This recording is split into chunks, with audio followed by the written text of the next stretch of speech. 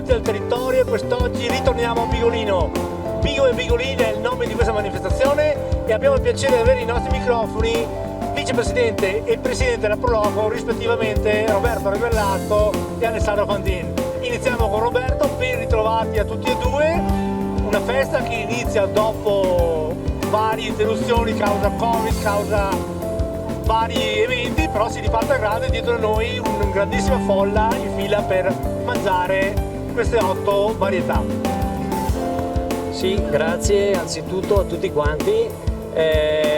Anzitutto mi scuso per l'evento del 29 dove purtroppo causa il maltempo abbiamo dovuto annullare proprio all'orario di partenza che era comunque alle 20, eravamo pronti per cominciare a mandare fuori i nostri bigoi e purtroppo abbiamo annullato, quindi ci scusiamo se qualcuno è arrivato per quella serata e è dovuto rientrare. Comunque ci siamo rifatti con questa serata, ci hanno dato la possibilità, in primis i ristoranti si sono messi a disposizione perché dedicare un'altra serata perdendo quella che è la ristorazione sui propri punti è comunque per loro diciamo che è un danno, quindi io ringrazio innanzitutto i ristoratori perché è merito loro per questa serata. Roberto, a proposito dei ristoratori, possiamo elencarli, no?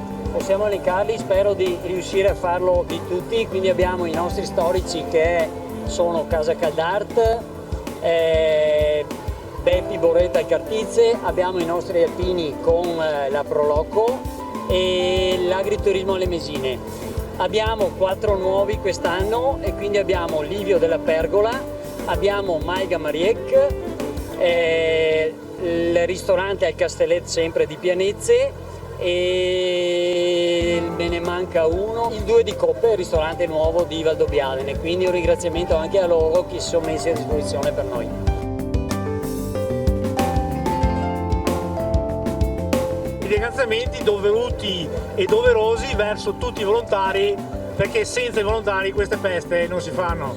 Buonasera, io innanzitutto mi associo a Roberto nel ringraziare tutti i ristoranti che ci hanno dato la possibilità di riproporre questa serata e doverosamente devo ringraziare tutti i collaboratori della Proloco, gli alpini di Bigolino che comunque anche loro si stanno adoperando facendo conoscere i produttori di vino di Bigolino e un ringraziamento volevo farlo anche poi al gruppo che anche loro ci hanno dato la possibilità di rifare la serata avendo magari delle altre date da fare, però ci hanno detto che si poteva fare.